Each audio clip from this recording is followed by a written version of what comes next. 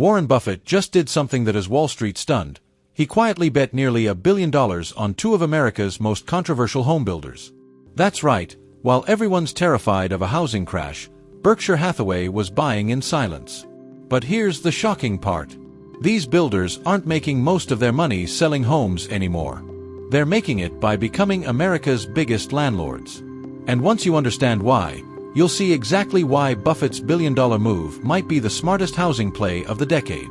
During the first half of 2025, Berkshire Hathaway quietly accumulated $800 million worth of Lennar stock and another $191 million in D.R. Horton shares.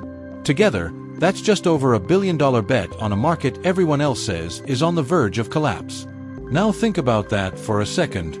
Mortgage rates are still above 6.5%. The average American needs to earn $126,700 just to afford a median-priced home. And affordability is at its lowest in decades. So why would Buffett's team double down on homebuilders right now? The answer isn't what you think. He's not betting on a housing crash. It's actually the opposite. Let's start with a question that might sound crazy. What if D.R. Horton and Lennar don't actually care whether you can afford to buy their homes anymore? What if their entire business model has quietly shifted? From selling homes to families, to renting them out to investors? Welcome to the world of build-to-rent, the fastest-growing trend in real estate. Since 2019, this sector has exploded by 270%. And these builders now control more than 350,000 rental homes across America. They're not just home builders anymore. They're creating entire neighborhoods designed for permanent renters. And the profits? Staggering. According to Berkshire's SEC filing from August 14, 2025, the company now owns 7.05 million shares of Lennar and 1.48 million shares of D.R. Horton. But here's a twist. This move might not even be Buffett's own doing. These positions fall below his typical billion-dollar threshold, meaning it was likely Todd Combs or Ted Weschler, the two portfolio managers who each control about 10% of Berkshire's portfolio. And when these two make a move, it's because they've found something special. Scene 4, the paradox of the housing market. Think about where we are right now. Mortgage rates are sitting at 6.58%. First-time buyers make up just 24% of the market, the lowest since 1981.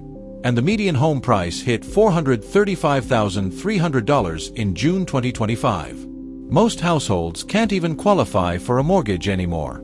So why are smart investors loading up on builders?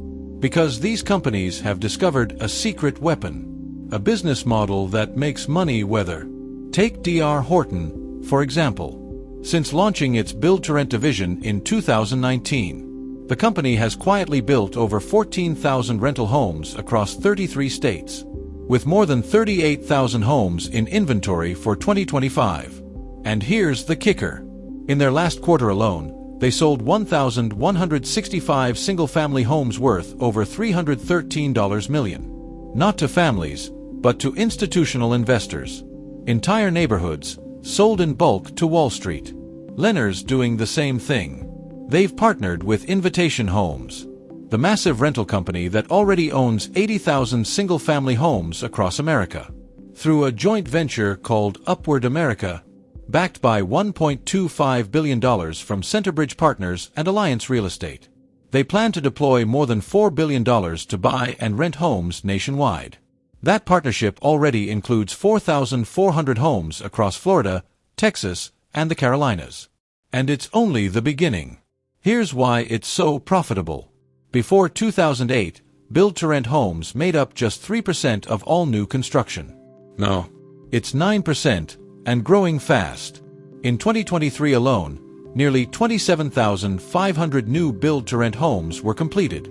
That's 75% more than the year before, and 3 times more than in 2021. The average rent, $2,181 per month, a 10 to 40% premium compared to similar apartments. And occupancy rates, an astonishing 97%. Let that sink in. These companies realized they can make more money renting homes than selling them. They're selling in bulk to institutional buyers, locking in guaranteed profits. and building exactly what renters want. Spacious single-family homes with backyards in safe neighborhoods and good school districts. While everyone's arguing about a housing bubble, Buffett's team is quietly betting on the next phase of America's housing evolution. One where builders don't sell dreams. They rent them.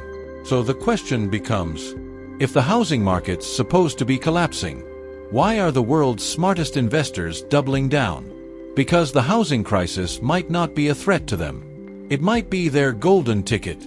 What if I told you the housing crisis isn't a failure of the system, but the plan all along? Because while millions of Americans struggle to buy a home, builders like D.R. Horton and Lennar, the same companies Warren Buffett just backed, are quietly building a new kind of empire. They're not chasing homebuyers anymore. They're supplying the next generation of renters. And that's exactly what Berkshire Hathaway's billion-dollar bet is riding on. Let's start with the cold, hard truth. According to the National Association of Realtors, out of 46 million renters in America, only about 6 million can actually afford to buy a median-priced home right now. That's just 13% of renters. To afford that median home, you'd need to earn $126,700 a year, while the average household income sits far below that.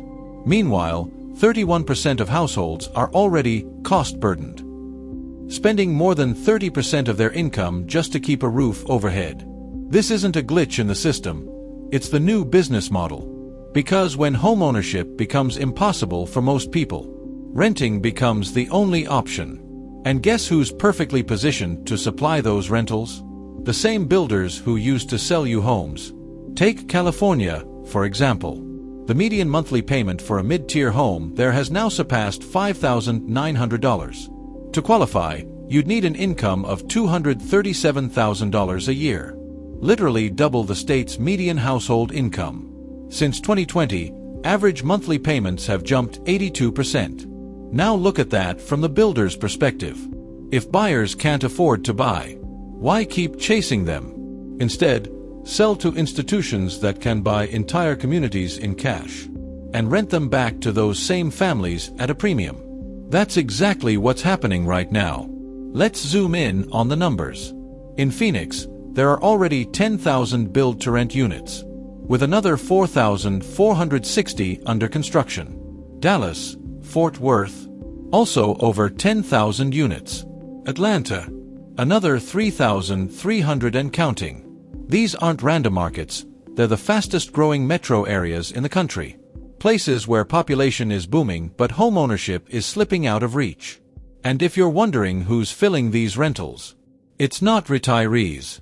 It's millennials, the largest generation in U.S. history. Millennials make up 64% of build-to-rent demand, but only 37% of them actually own homes. That's 8% lower than previous generations at the same age. Worse, 43% of them have saved less than $3,000 for a down payment. Gen Z is barely in the game.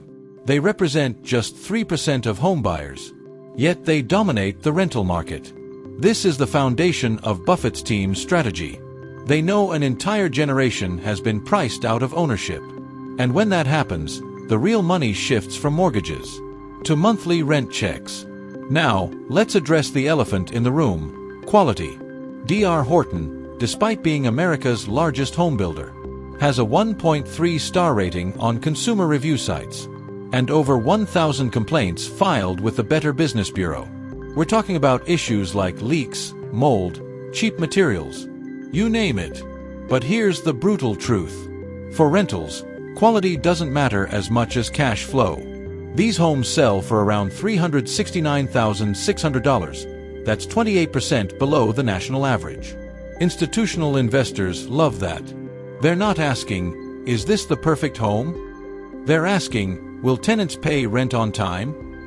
If an investor can buy homes in bulk for $300,000 each and rent them out for $2,200 a month, while a mortgage on the same home would cost a buyer $2,500 a month, the investor wins, because they're capturing all the families who can afford rent but can't qualify for a mortgage. That's how these builders are printing money. Scene 6. The inventory illusion. Now you might ask, if builders are doing so well, why aren't home prices falling? Here's why. Inventory has been climbing for 20 consecutive months, with 4.7 months of supply nationally, up from pandemic lows, but still below the 6 months that marks a balanced market. New home inventory hit 481,000 units, the highest since 2007. Yet prices are still up 2% year over year. How is that possible? Because builders have found their escape valve. If they can't sell homes to individual buyers, they simply sell the whole development to Wall Street. That's how prices stay afloat and why the crash hasn't come. Just look at the giants moving in. Blackstone recently bought Tricon Residential and its 38,000 build-to-rent homes for $3.5 billion. Progress Residential now controls 85,000 homes.